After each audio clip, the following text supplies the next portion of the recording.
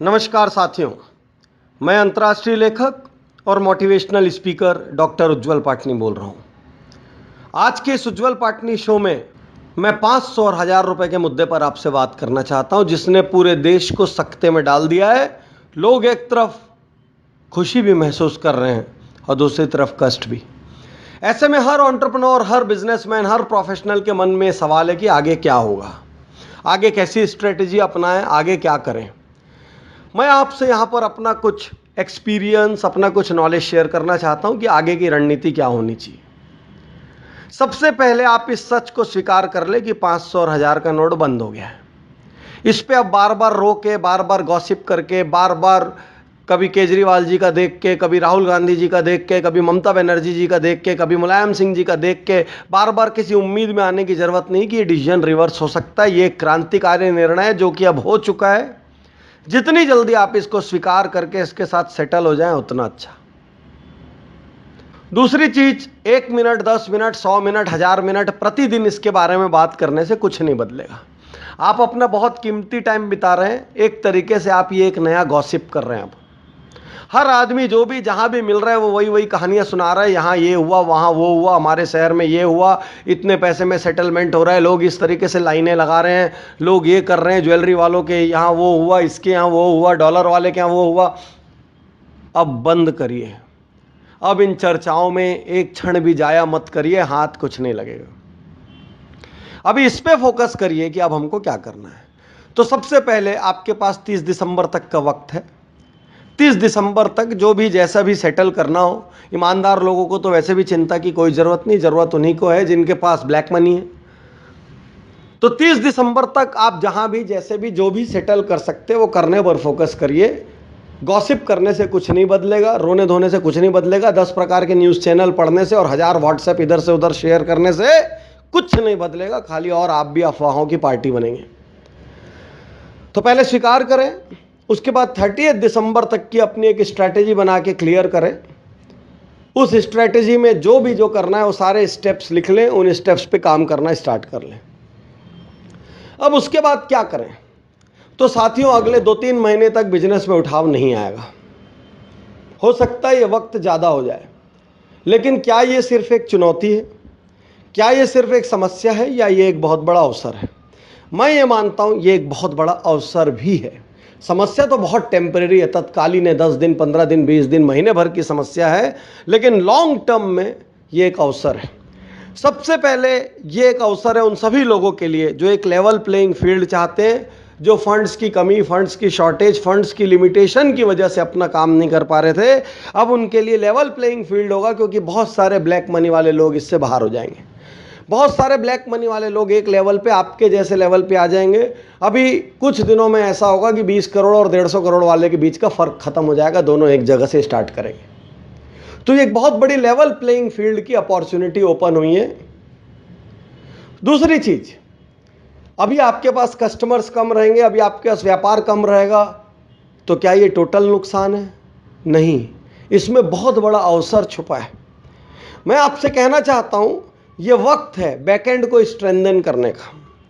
इस वक्त को कुछ कंस्ट्रक्टिव चीज़ों में लगाइए। सबसे पहले अपने आप को अपग्रेड करिए।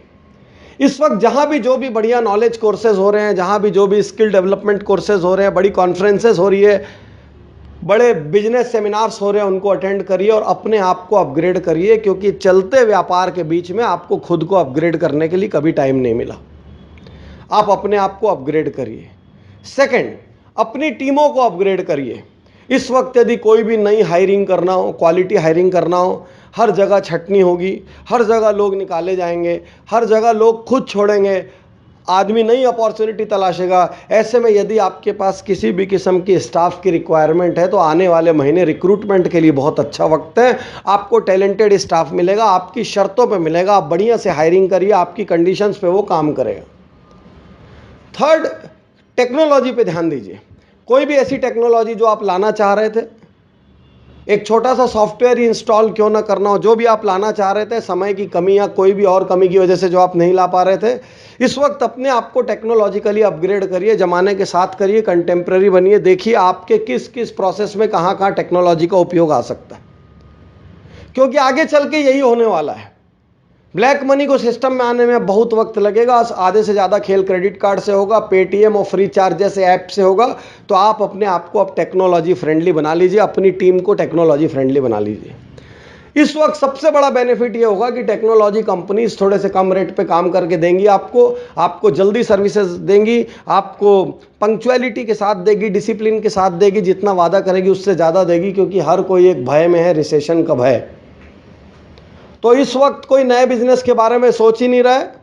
और जिस तरीके से स्टॉक मार्केट के बारे में वॉरेन बुफे कहते हैं कि जब हर आदमी बोले कि बाजार बढ़ेगा, बाजार बढ़ेगा, बाजार बढ़ेगा, वो बेचने का सही वक्त है।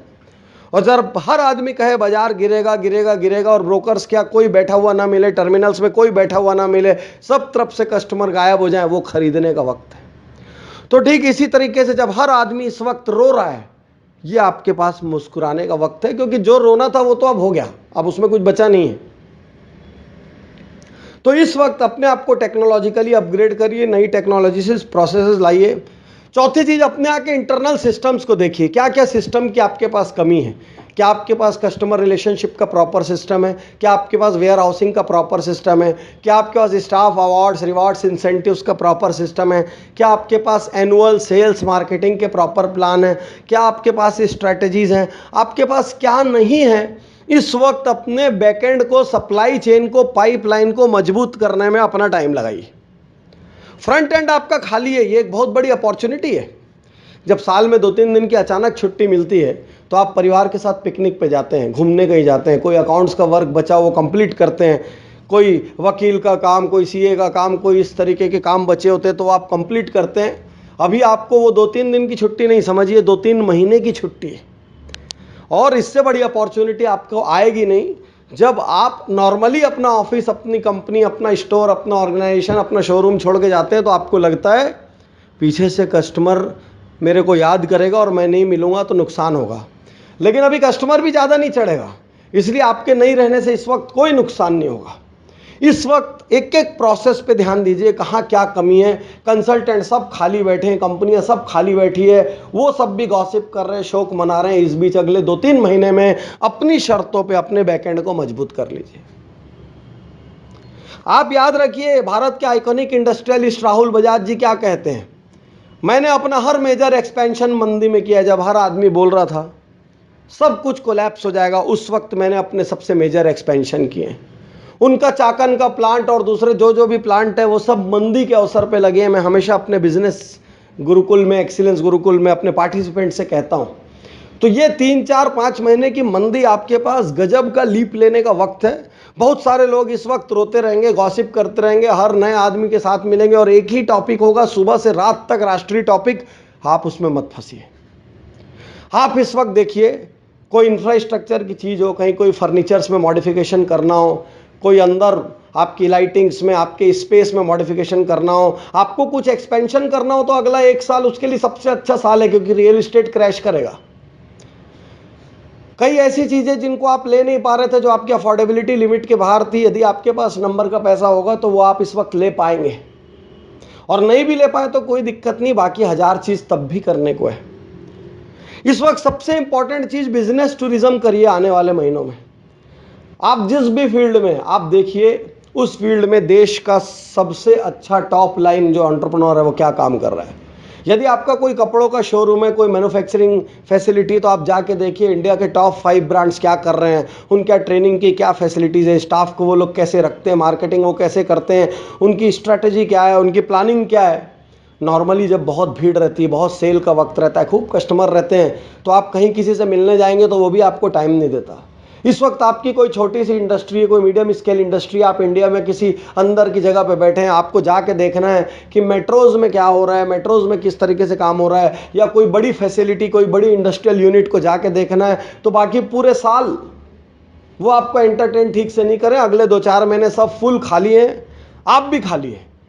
आप इसको बिजनेस टूरिज्म में उपयोग में लाइए, अपने रोल मॉडल्स को देखिए, अपने आइकन्स को देखिए, वो कैसे रन कर रहे हैं, कैसा उनका बिजनेस करने का तरीका है, कौन सी पॉलिसीज़ वो अडॉप्ट करते हैं, चाहे वो फाइनेंशियल पॉलिसीज़ हो, चाहे वो कस्टमर रिलेशनशिप पॉलिसीज़ हो, चाहे वो लीगल पॉलिसीज़ हो, चाहे वो HR पॉलिसीज़ हो। ये वक्त है अपने आप को इम्प्रूव करने का, अपने सिस्टम्स को इम्प्रूव करने का, अपने प्रोसेसेस को इम्प्रूव करने का। ये वक्त रोने का नहीं है, ये वक्त गॉसिप करने का नहीं है। पूरे देश की 99% जनता ये कर रही है, आप मत करिए। हो गया रोना धोना, और 15-20 दिन लीजिए, सब सेटल वेटल करिए, तुरंत फील्ड में उतर पड़िए, क्योंकि बहुत सारे दूसरे लोग स्टार्ट होने में 4 महीना 6 महीना 1 साल लगा देंगे, तब तक आप बहुत दूर निकल जाएंगे।